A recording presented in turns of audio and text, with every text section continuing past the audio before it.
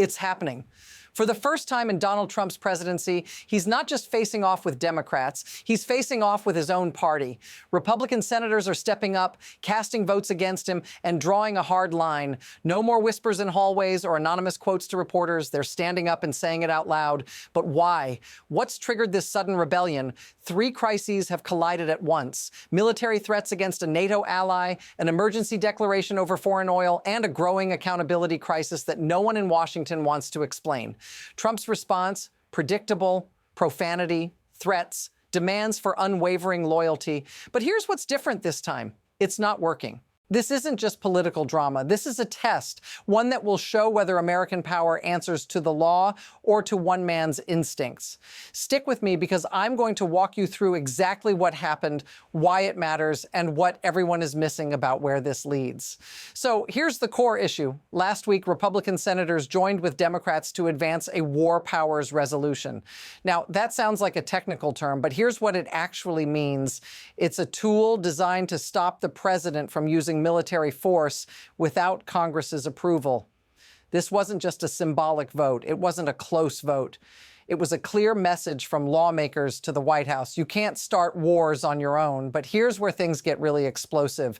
Trump hasn't just been throwing out vague threats. He's been openly talking about military action against Greenland, not as some kind of joke, not as part of negotiation theater, but as a real option he's considering. And that's where most people miss the significance. Greenland isn't just some icy territory in the Arctic. It's part of Denmark. And Denmark is a NATO ally. Now, NATO is built on the principle of collective defense, which means an attack on one is an attack on all. So when the President of the United States starts talking about military options against one of our NATO allies, that's not just unusual, that's dangerous. And constitutionally, it's explosive. Senator Susan Collins, one of the Republicans who voted for the War Powers resolution, reportedly received a phone call from Trump after casting her vote. The message? Harsh. Loyalty or consequences. But she didn't back down, and neither did other Republicans who crossed that line. Now, let's talk about why this is all happening. Trump's behavior isn't just reckless. It's a direct challenge to the checks and balances that have kept American power in check for generations. The War Powers Act was passed back in 1973, after decades of presidents dragging the U.S. into conflicts without congressional approval. The Vietnam War was the breaking point. Lawmakers watched as an entire generation was sent to fight based on executive decisions that bypassed democratic debate. So Congress said, never again. This law requires presidents to consult Congress before committing military forces. It limits how long troops can stay deployed without legislative authorization. It's not just a procedural rule, it's a constitutional safeguard. So when Trump started publicly discussing military options for Greenland, lawmakers didn't hear foreign policy strategy. They heard alarm bells. Because Greenland isn't just a random territory, it's home to Thule Air Base, one of the most critical installations in America's missile defense network. And any military threat against Greenland isn't just a violation of international law, it's a direct threat to NATO's credibility. That's the big number you need to keep in mind. NATO's Article 5, the Collective Defense Clause, has only been invoked once in the alliance's 75-year history after 9/11. If the U.S. is seen as threatening a NATO member, the entire alliance starts to fall apart. And when NATO cracks, who benefits? Russia, China, Iran. So when Trump starts playing this game, it's not just dangerous. It's a real risk to American security and credibility on the world stage. Now let's look at how the situation escalates. Trump's response to the War Powers vote was exactly what you'd expect: rage, threats, demands for loyalty. But here's the kicker. This isn't just a one-off meltdown. This is part of a bigger pattern that's been developing over his entire presidency. The more pressure Trump faces, the more he doubles down, and the more his party begins to fracture. This isn't just a fight about military threats or emergency powers anymore. It's about something deeper. Trump's view of the presidency. He doesn't see foreign policy through the lens of diplomacy, alliances, or law. He sees it like a real estate deal: territory, leverage, dominance. And when you apply that mindset to military power, things get dangerous fast. Look at the bigger picture. This isn't the first time Trump has bypassed Congress to consolidate power. His national emergency declaration over the border wall was just the beginning. Now we're seeing it with Venezuela, and the emergency powers are getting stretched thinner and thinner each time. What happens when you normalize unilateral executive power? It doesn't just go away when your party loses the White House. It gets handed over to the next president, whoever that may be. And that's the trap Republicans are now staring at. They're helping to set the precedent for future presidents to operate beyond institutional limits. But here's where things get even more disturbing. While the war powers fight was dominating headlines, something else slipped under the radar with far less scrutiny: Trump's national emergency declaration over Venezuela's oil. On the surface, it sounds reasonable, right? Secure energy assets, reduce dependence on hostile regimes, protect American interests. But look closer. Venezuela's oil infrastructure has been in ruins for years. Decades of mismanagement, sanctions, and underinvestment have gutted it. Rebuilding it, that would take a decade and tens of billions of dollars. So here's the question no one is asking loud enough. Who really benefits from this? Not American consumers. The winners here would be multinational energy corporations with the capital and expertise to extract Venezuela's heavy crude. These are companies that operate globally, whose profits don't necessarily flow back to American workers or families. And the timing? This wasn't an emergency declared during a genuine crisis. It came during a political firestorm, right when Trump was under intense pressure over the war powers vote and accountability issues. Emergencies do something powerful. They centralize decision-making, bypass legislative processes, and allow presidents to act unilaterally. And this is Trump's playbook. Every time he faces resistance, he calls for an emergency.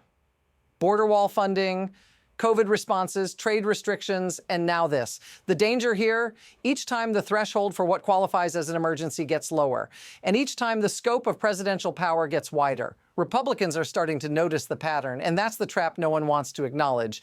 Today's emergency president becomes tomorrow's normal. Now, let's stack a few more crises on top of each other. First, we have Trump's emergency declaration over Venezuela. Then there's the stalled accountability over promised document disclosures, Inspector General reports that aren't materializing, promised transparency that's slipping. And don't forget the military threats against Greenland. These aren't isolated events. They're all tied together, and they're happening at lightning speed. Each one is adding pressure on Trump, and each one is exposing a system that's breaking down. What happens when all these issues collide? When the White House is under siege from all directions, internally and externally, how does it respond? The strategy is clear: distract, disrupt, create enough chaos so that no one can focus on any one issue long enough to hold him accountable. But here's the thing: Congress is not some passive audience that's going to get tired of the drama and move on. They have subpoena power, they control the budget, and they have institutional memory. The more Trump pushes, the more cracks appear. And now those cracks are starting to show in the very foundation of his administration. Republicans are realizing that if they don't take a stand now, they're setting themselves up for a future where there are no checks on power. Now, let's bring this down to reality. This isn't just about power struggles in Washington. It's about you. It's about how this mess affects everyday people. Right now, across the country, people are watching their president threaten military action against NATO allies, and they're seeing emergency declarations being thrown around like a political tool. Meanwhile, their grocery bills keep rising, and their wages aren't budging. You remember Trump's core promise, right? Economic security. No new wars. But now that promise is colliding with a foreign policy rhetoric that's increasingly sounding like war planning. Voters don't separate foreign policy from their everyday lives. When instability abroad rises, it threatens stability at home. And if NATO fractures, if military threats continue, the financial markets will start to react. Your retirement accounts, your investments, they take a hit. Think about a middle-class family in Pennsylvania. They voted hoping for lower costs and no new foreign entanglements. But now they're reading about Greenland invasions and Venezuela oil emergencies, and their bills haven't dropped. That cognitive dissonance is real, and it's starting to wear on even Trump's base. Let's step back for a moment and look at the bigger picture. This isn't just about one man or one presidency. It's about the system itself, about how power works in America. The thing nobody talks about is that these crises don't just happen by accident. They're part of a pattern. Every time Trump faces oversight, every time accountability looms, he escalates the drama, creating new emergencies, new distractions, new threats. It's a strategy designed to drown out the calls for transparency. But here's the unsettling part. This isn't just a tactic. It's a systemic issue.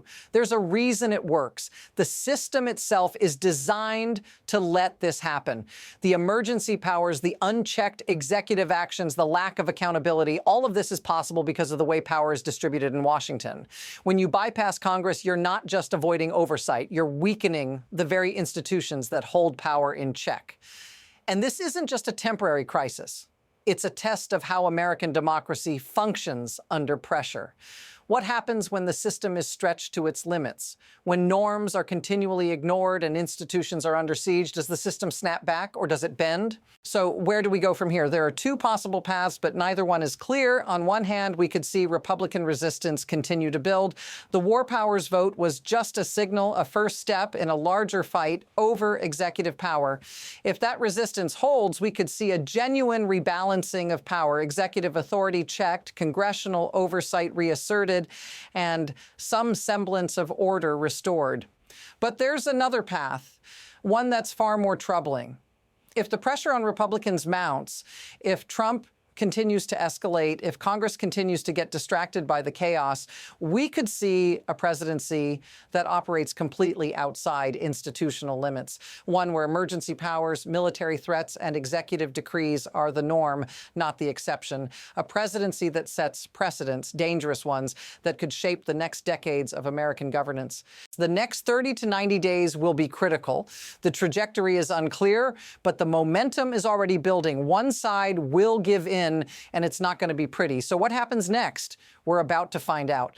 Now, here's the key takeaway from everything we've covered. Republicans are pushing back against Trump, not out of disloyalty, but out of alarm. The war powers debate, emergency declarations, and accountability failures are forcing lawmakers to choose between party loyalty and the survival of their institutions. This fight over Greenland isn't just symbolic. It's a constitutional crisis. It's about whether a president can threaten NATO allies without consequence, and whether Congress will defend its authority or let it slip away. And as for the process, transparency matters. When oversight fails, when emergencies become routine, democracy doesn't collapse in a dramatic moment. It erodes slowly until someone finally says enough. The question isn't whether Trump wins the next news cycle, it's whether the rules that govern power can survive the people who hold it. So I'll leave you with this. In moments like this, what matters more? Spectacle or stability? Do you think Republicans will hold the line, or will they fold under pressure? Drop your thoughts in the comments. I read them, and they help shape how I approach these stories. If this breakdown helped you understand what's actually happening beneath the headlines, subscribe and hit the notification bell, because this story isn't over. It's just getting started. And remember, democracy doesn't protect itself. It requires all of us to pay attention, to push back when power oversteps, and to defend it when it's most inconvenient. That fight is happening right now. Whether it succeeds depends on whether enough people are paying attention.